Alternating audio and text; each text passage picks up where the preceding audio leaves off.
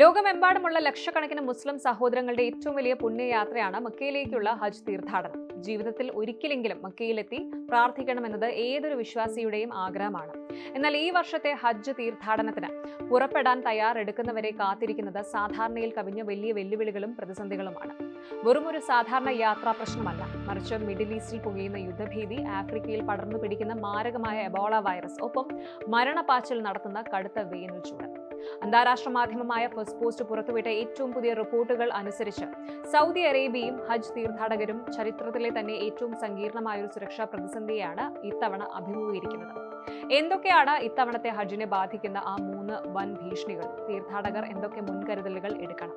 ഈ വർഷത്തെ ഹജ്ജ് നേരിടുന്ന വലിയ ഒന്നാമത്തെ വെല്ലുവിളി രാഷ്ട്രീയവും സുരക്ഷാപരവുമാണ്. മിഡിൽ ഈസ്റ്റിലെ ഇപ്പോഴത്തെ അവസ്ഥ നമുക്കെല്ലാം അറിയാം. ഇസ്രായേലും ഇറാനും തമ്മിൽ സംഘർഷങ്ങൾ, ഒപ്പം പ്രാദേശികമായ മറ്റ് യുദ്ധഭീതികൾ എന്നിവ കാരണം മേഖലയാകെ വലിയൊരു അസ്ഥിരതയിലാണ്. ഇത്തരമൊരു സാഹചര്യത്തിൽ ലോകത്തിന്റെ പല ഭാഗങ്ങളിൽ നിന്നുള്ള ലക്ഷക്കണക്കിന് ആളുകൾ ഒരേ സമയം മക്കയിലേക്ക് ഒഴുകിയെത്തുമ്പോൾ അവരുടെ സുരക്ഷ ഉറപ്പാക്കുക എന്നത് സൗദി ഭരണകൂടത്തിന് വലിയൊരു തലവേദനയാണ്. യുദ്ധ സാഹചര്യങ്ങൾ കാരണം വിമാന സർവീസുകളുടെ റൂട്ടുകളിൽ മാറ്റം വരാനും യാത്രാ ചിലവുകൾ ഗണ്യമായിട്ട് വർദ്ധിക്കാനും ഇത് കാരണമായിട്ടുണ്ട്. വിമാനത്താവളങ്ങളിലും അതിർത്തികളിലും കടുത്ത സെക്യൂരിറ്റി ചെക്കിങ്ങും നിയന്ത്രണങ്ങളുമാണ് സൗദി ഗവൺമെന്റ് ഇത്തവണ ഏർപ്പെടുത്തിയിരിക്കുന്നത്. രണ്ടാമത്തെയും ഏറ്റവും ഞെട്ടിക്കുന്നതുമായിട്ടുള്ള വെല്ലുവിളി ആരോഗ്യ രംഗത്ത് നിന്നാണ്. ആഫ്രിക്കൻ രാജ്യങ്ങളിൽ വീണ്ടും തലപൊക്കിയിരിക്കുന്ന മാരകമായ എബോള വൈറസ് ബാധയാണ് സൗദി ആരോഗ്യ മന്ത്രാലയത്തെ ആശങ്കയിലാഴ്ത്തുന്ന രണ്ടാമത്തെ കാര്യം. നമ്മൾ മുൻപ് കണ്ടതുപോലെ എബോള ബാധിച്ചാൽ മരണനിരക്ക് വളരെ കൂടുതലാണ്. ആഫ്രിക്കയിൽ നിന്നും ധാരാളം തീർത്ഥാടകർ ഹജ്ജിനായി മക്കയിലെത്താറുണ്ട്. ഈ ആളുകൾ വഴി വൈറസ് മറ്റുള്ളവരിലേക്ക് പടരാതിരിക്കാൻ സൗദി അറേബ്യ അതീവ ജാഗ്രതയിലാണ്. രോഗബാധിത പ്രദേശങ്ങളിൽ നിന്ന് വരുന്ന എല്ലാ യാത്രക്കാരെയും വിമാനത്താവളങ്ങളിൽ വെച്ച് തന്നെ കർശനമായ ഹെൽത്ത് സ്ക്രീനിങ്ങിനും വിധേയമാക്കുന്നുണ്ട്. ക്വാറന്റൈൻ സംവിധാനങ്ങളും വിപുലമായ ഐസൊലേഷൻ വാർഡുകളും സൗദി ആരോഗ്യ വിഭാഗം ഇതിനോടകം തന്നെ മെക്കയിലും മദീനയിലും സജ്ജമാക്കി കഴിഞ്ഞു. ഇനി മൂന്നാമത്തെ ഭീഷണി, അത് പ്രകൃതിയുടെ വകയാണ്. എക്സ്ട്രീം ഹീറ്റ് അഥവാ കടുത്ത വേനൽ ചൂട്.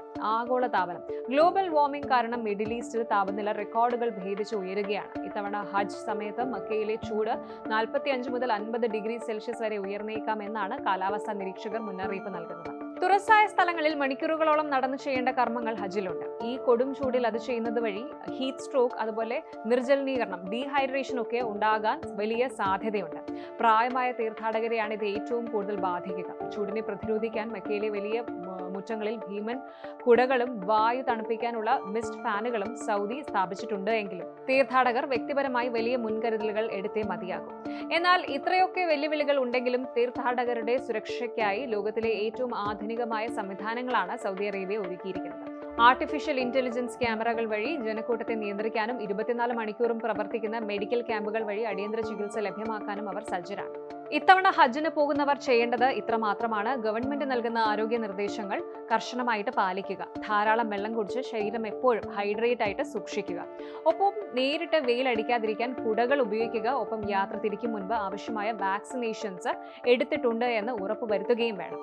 എല്ലാ വെല്ലുവിളികളെയും അതിജീവിച്ച് ഈ ഒരു വർഷത്തെ ഹജ്ജ് തീർത്ഥാടനം സമാധാനപരമായിട്ട് പൂർത്തിയാകട്ടെ എന്ന് നമുക്ക് പ്രാർത്ഥിക്കാം.